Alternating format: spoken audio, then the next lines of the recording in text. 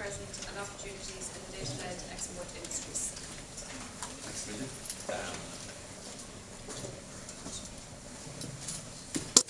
It's okay. Leave it on the table, all right? Thank you very much for staying.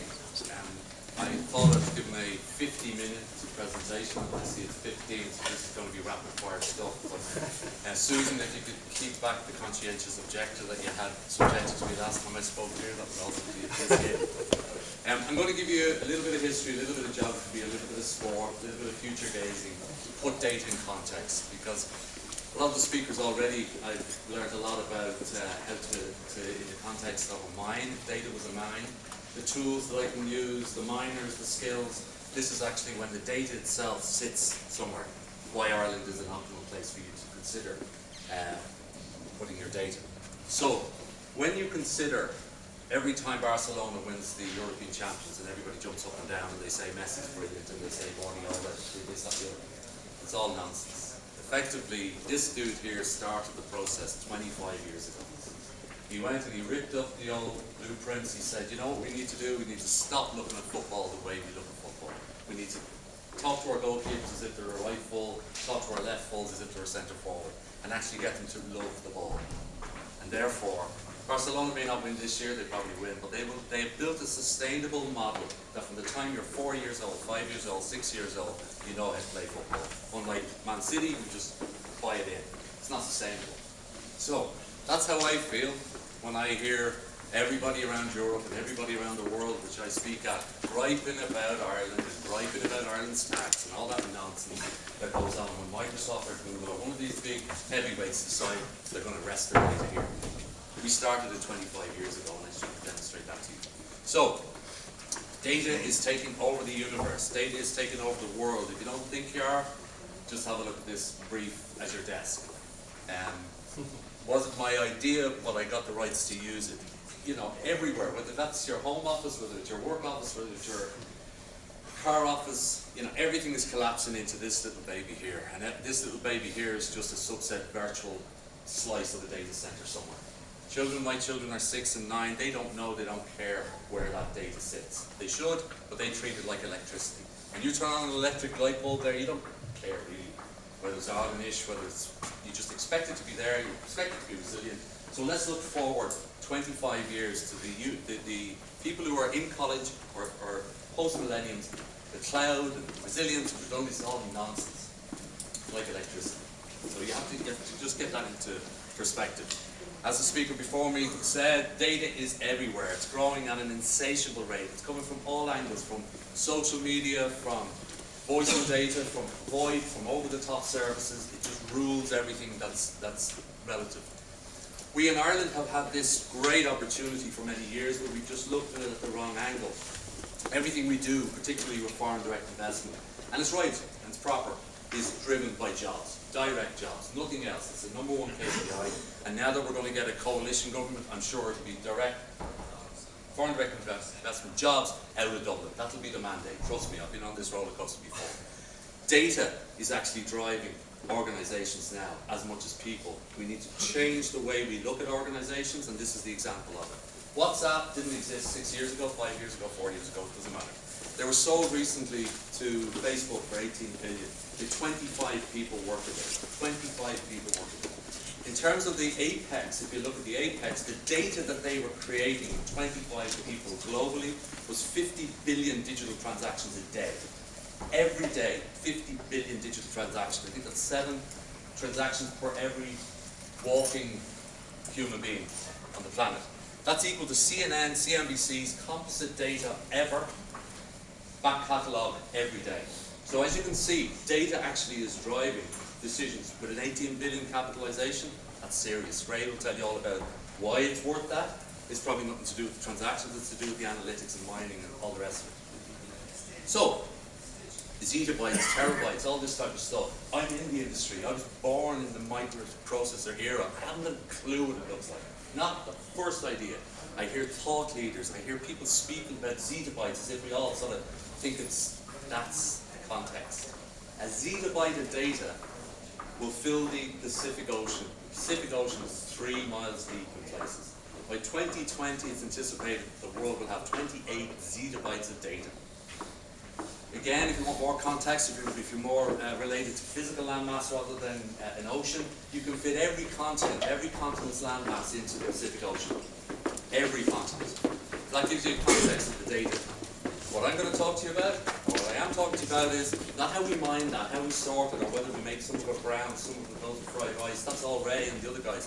Where that rests. We want as much of that in Ireland as possible, because like any other idea I've ever had in my life, I've just plagiarized somebody else's idea. There's always somewhere else that's ahead of you. If you only just lift your head, drop your ego, and then say, we'll refine that to suit our requirements. North America, use it as an exemplar for this type of stuff. They have 440 million people, they have no issue with data protection. They don't have all of that palaver, right? That's what's holding back to a lot of applications, a lot of IoT, a lot of IoE, and the biggest challenge to IoT is going to be data protection and data security. Don't confuse the two. One is data protection is actually what the good guys are going to do with your data. That's data protection. Data security is stopping the bad guys getting it. Often confused. So that data we wanted to sit here in Ireland. Again, people say to me, I'm not Microsoft, I'm not Apple, I'm not anything. If you want to see what data and the availability of data, and this little like that here is doing, this is what it's doing. None of those companies existed 10 years ago, not a single one. What they're doing now is they're using data mobility, and they're also doing one thing that a lot of companies don't do. They obsess daily about the end user's experience. That's all they do. Me, I stand in Las Vegas, just come out after all night talking at somebody over, I need a taxi. What do? Uber. Taxi comes, collects me, I resonate with it. So they absolutely just completely obsessed about the end user. I was on a panel last week in North America, and there was a banking thing, and the guys all agreed. The world needs a functioning banking system, functioning financial system. We just don't need banks. That's from the bankers. Think about that for a second. We need a functioning banking system, but we just don't need banks. This is what's causing that. Mobility. The back end of this, believe it or not, data does go somewhere. It doesn't really go to a cloud. My mother thinks that every time it rains, my business is going to go bust, because she thinks all that I do is about clouds. That's okay. That's a bit of fun, and we have a laugh, and we all do. The cloud is actually a data center. Ireland, when we look at the amplification and why I set up host in Ireland, is that I work internationally. And when you say Ireland is an optimal place for a data center, data is the new oil. What we're actually saying to the world is, we make great barrels. We make great barrels. What the fuck's that all about? We make great barrels. It's nothing to do with the barrels. It's nothing to do with the center. Data centers are made now in factories.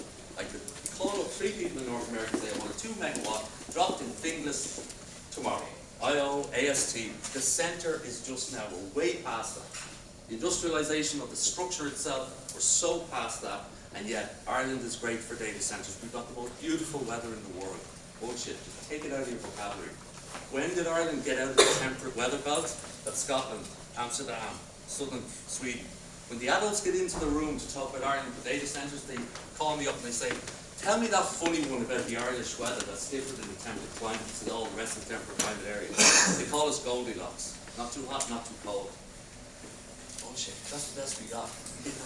We kind of changed the whole thing. We make great barrels, we do, but we also have the oil. Let's look at the opportunity for export companies. I've taken FDI, I know there's a lot of people here in research and R&D and also in startups, but let's take that Ireland is that. And that's what we need to start talking about. I saw today the whole thing is make Ireland something by 2020. This is what we are now in the data hosting industry. We're not forward looking, this is what we are. This is also what we are for foreign direct investment. And yet when we talk about Ireland and why I talk a lot around the world, we're only getting started. Only 20% of the companies that call Ireland home, the world's biggest, pharmaceuticals, biotech, medtech, blah, blah, blah, blah, they're all up there. Only 20% of them host here. Why? 2 things. Oh, I thought we were only good for... What's it good? Right. We're only good for Apple. We're not. Data is, the integrity of data is good for everywhere. I'm going to have to really rip through this. Here we go. Ray, you're probably the only one in the room. Sorry for picking on you. You and I probably came in around here, but as you can see, the evolution of the 5 steps of computing go from mainframe, mini, distributed architecture, local area networks, and back to the mainframe. We call it the cloud, but it's all nonsense. Ireland and the waves, guess what? We've done pretty well. I was giving a talk in Trinity last week and I actually said to them, they laughed their heads off. I said IBM was cool once. IBM was cool once. IBM was the Google, Etsy, Dropbox of its day. So was Microsoft. They laughed their heads off. I can't believe that. This word disruption, I think they thought it was invented last week. IT is always disruptive, for Christ's sake. It's gone from punch card. When I look at disruption, I think of the guy who invented the printing press, right? And the big guy that was talking about printing, and he said, printing press, all that will do is make monks lazy. Make monks lazy. Jesus. Disruption. We haven't even got started on this baby yet, where machines are talking to machines, produce algorithms and information to tell other machines. The data that we've created to date is only just us. Right? It's all just data centers hosting. Ireland will continue to be what we are because all it is, and remember all it is a change of medium, and even before that it's a punch card. A data center just does exactly what a punch card or a floppy disk does. It stores and forwards.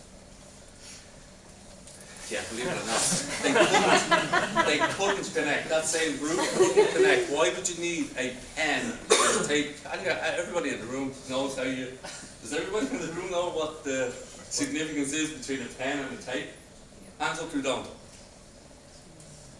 They're all very proud of some. Do you? No, I don't. Ah, Jesus. How do you think you rewound this?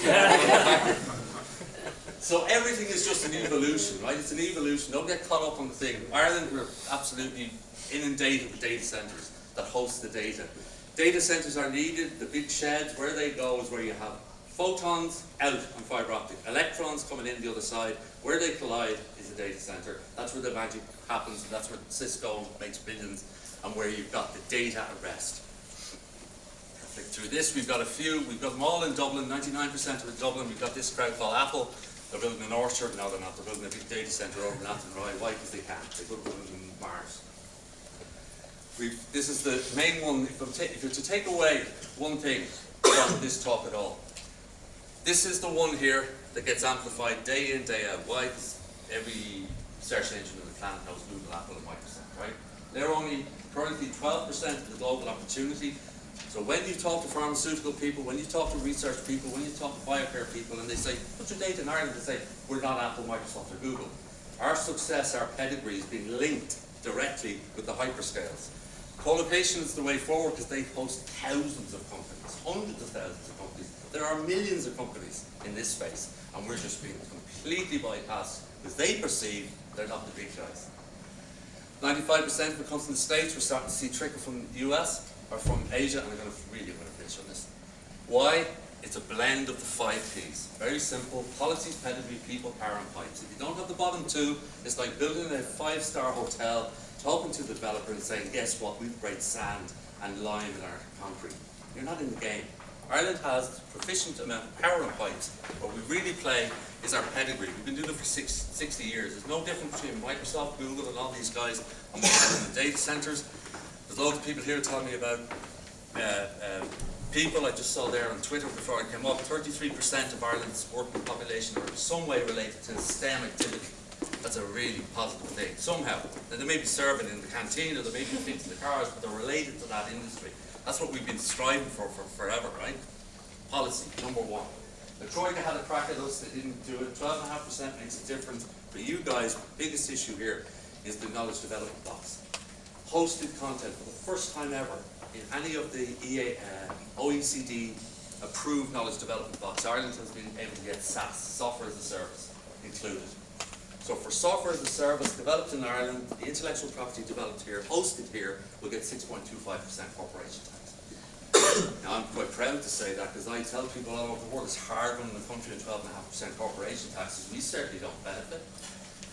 People do, they get jobs. And yet I have other guys from Switzerland, Sweden, beating me up all day about it, and then they go and they drop all taxes about energy, all taxes, and they say that's really good, competitive. Be proud of the fact that we tried to walk all over us and they couldn't budget, but don't believe our own propaganda. 12.5% is the biggest hook, biggest attraction for Ireland and foreign direct investment initially. They retain and all the other stuff, but we got to dig ourselves in. All the companies, the 5 Ps, they come on the back of it. That's the message to take away. Thank you.